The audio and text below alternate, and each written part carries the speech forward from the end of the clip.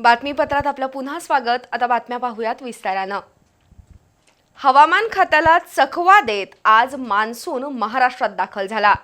केरळ, कर्नाटक, आंध्र प्रदेश, तमिळनाडू, गोवा आणि त्यानंतर महाराष्ट्रात मान्सूनचं आगमन झालं। दक्षिण कोकणात आलेला मान्सून पुढील 4 दिवसात मुंबईसह उर्वरित महाराष्ट्रात सक्रिय होईल अशी शक्यता आहे। दरम्यान शुक्रवारी रात्री कोल्हापूर आणि इचलकरंजीत मुसळधार पाऊस झाला, तर आज जिल्ह्यात वेगवेगळ्या ठिकाणी कमी अधिक प्रमाणात पाऊस झाला। आज दिवसभर ढगाळ हवामान होतं, त्यातून पावसाळ्याची चाहूल लागली आहे। अखेर आज मान्सून महाराष्ट्रात दाखल झाला। दक्षिण कोकणासह संपूर्ण गोवा व्यापलेल्या मान्सूनच्या सरी आता कोसळू लागतील।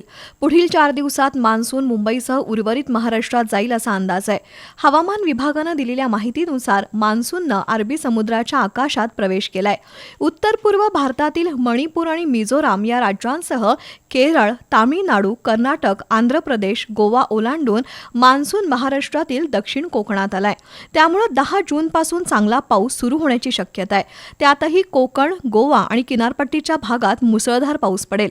शुक्रवारी रात्री कोल्हापूर जिल्ह्यात ठिकठिकाणी चांगला पाऊस झाला। अचानक आलेल्या पावसानं हवेतील उष्मा कमी केला, तर आज दिवसभरही कोल्हापूर जिल्ह्यात ढगाळ हवामान होतं। विशेषतः दुपारनंतर आकाशात काळ्या ढगांची दाटी झाली। कोल्हापूर शहरात काही ठिकाणी आज दुपारी तुरळक पाऊस झाला, तर इचलकरंजी, कागल, पन्हाळा परिसरातही आज दुपारी मुसळधार पाऊस पडला। हा पाऊस शेतीच्या मशागतीसाठी उपयुक्त असल्यानं शेतकऱ्यांमध्ये समाधानाची भावना आहे। शुक्रवारी रात्री 8:30च्या सुमारास आणि आज दुपारी सुद्धा इचलकरंजीत वादळी वाऱ्यासह पावसानं हजेरी लावली। त्यामुळे अनेक भागातील वीज पुरवठा खंडित झाला होता।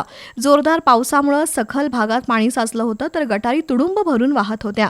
शुक्रवारचा दिवस आठवडी बाजाराचा असल्यानं इचलकरंजीतील विक्रेते आणि ग्राहकांची चांगलीच तारांबळ उडाली। तर आज 4च्या सुमारास इचलकरंजीत जोरदार पाऊस झाला।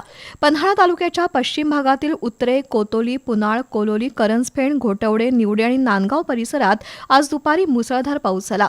सुमारे अर्धा तास धो कोसळलेल्या पावसामुळे शेती पिकांना मोठा दिलासा मिळालाय।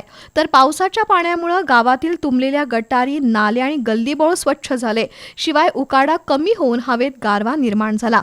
खरीप हंगामासाठी हा पाऊस लाभदायक ठरणार असल्याची भावना शेतकऱ्यांनी व्यक्त केली।